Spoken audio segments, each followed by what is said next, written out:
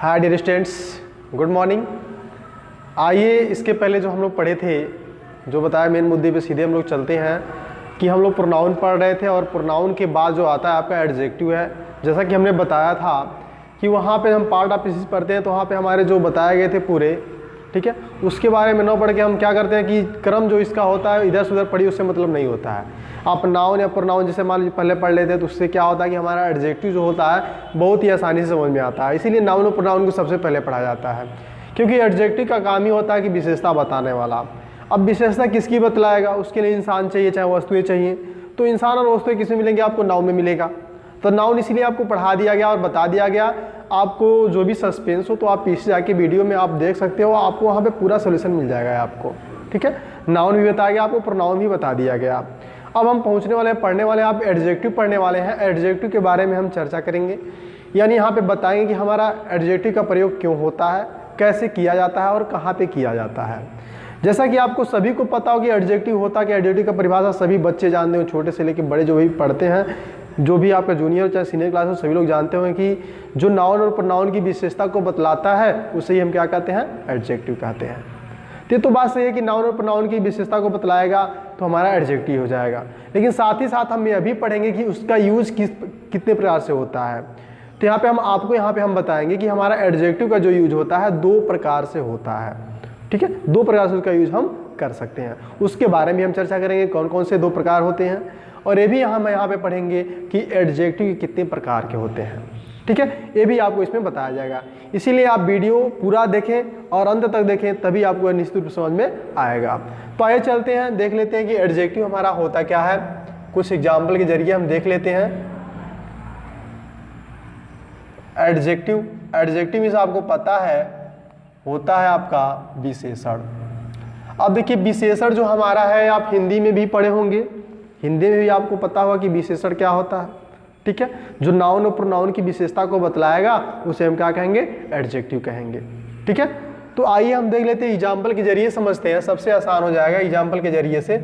हमें उम्मीद है कि आपको ये जो है आपका एडजेक्टिव तो समझ में आ गया कि एडजेक्टिव होता क्या, इसका डेफिनेशन क्या होता है, ये तो आपको समझ में आ गया होगा। तो हमें नहीं लगता कि इसके बारे में और हमें एक्सप्लेन करने की आवश्यकता है। बस इतना जान लीजिए कि जो नाउन और प्रोनाउन की विशेषता को बतलाएगा उसे क्या कहेंगे? एडजेक्टिव कहेंगे। तो जैसे आप एग्जाम्पल के जरिए समझेंगे तो और बेटर तरीके से समझ जाएंगे और एडजेक्टिव को और अच्छे तरीके से समझ जाएंगे।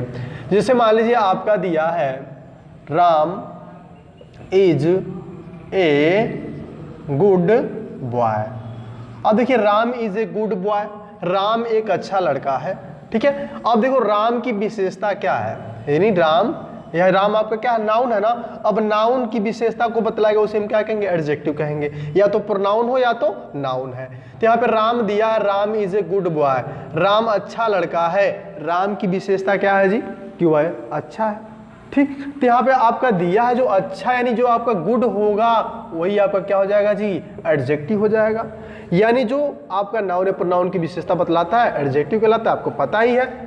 अब जैसे मान लीजिए यहाँ पे नाउन था, अब आप कोई प्रोनाउन ले लेते हैं, तो मान लीजिए आपका हो गया सी इज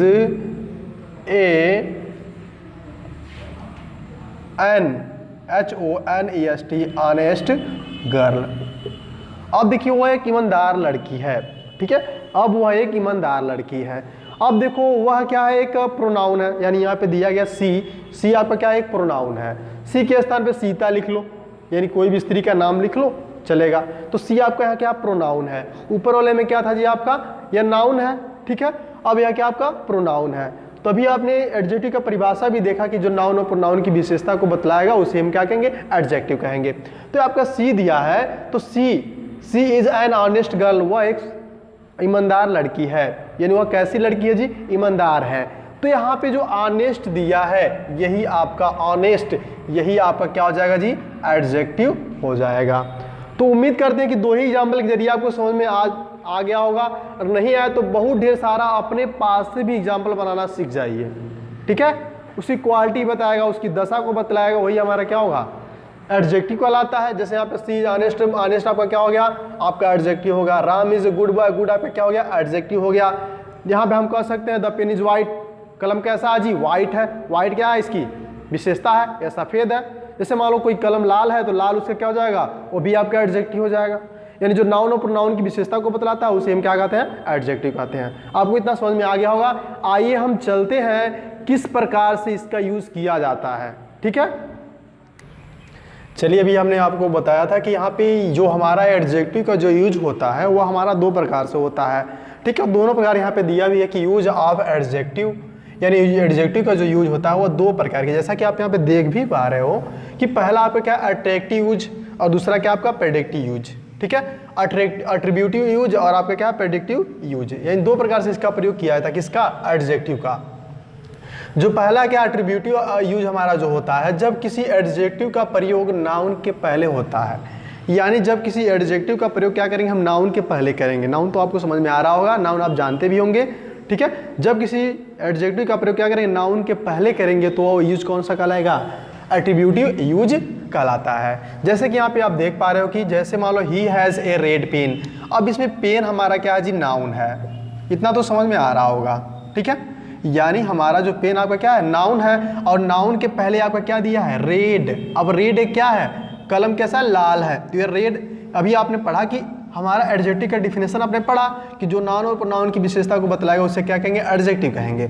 तो अभी इसका हमारा एट्रीब्यूटिव जो हमारा है, जब किसी एडजेक्टिव का प्रयोग नाउन के पहले करेंगे, नाउन के पहले जब इसका प्रयोग होता है तो उसे एट्रीब्यूटिव यूज कहते हैं। यहाँ पे रेड आपका क्या है, आपका एट्रीब्यूटिव यूज है, यानी रेड हमारा क्या हो जाएगा, एडजेक्टिव हो जाएगा। ठीक है, दूसरा एग्जाम्पल देख लीजिए, he was an intelligent man. ठीक है, एन इंटेलिजेंट मैन। अब मैन आपका क्या जी, नाउन है, नाउन के पहले क्या आ गया आपका, इंटेलिजेंट। आदमी कैसा, इंटेलिजेंट है, इंटेलिजेंट आपका क्या हो जाएगा, एडजेक्टिव हो जाएगा। लेकिन यहाँ पे जो हम यूज कर रहे हैं ये कौन सा यूज है, एट्रीब्यूटिव यूज हो जाएगा आपका।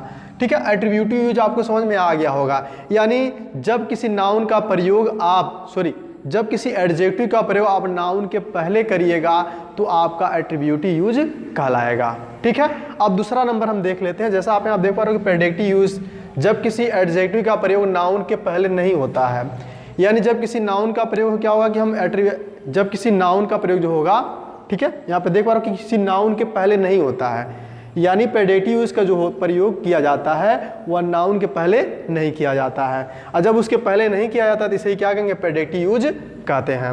जैसा आप देख लीजिए, she was industrious, MKG is intelligent.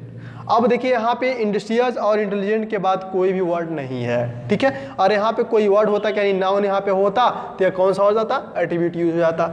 यानी जब भी कोई आपका एडजेक्टिव अंत में आएगा, इतना फोकस कर लीजिएगा कि जब किसी नाउन के पहले आएगा तो आपका क्या होगा, एट्रीब्यूटिव हो जाएगा।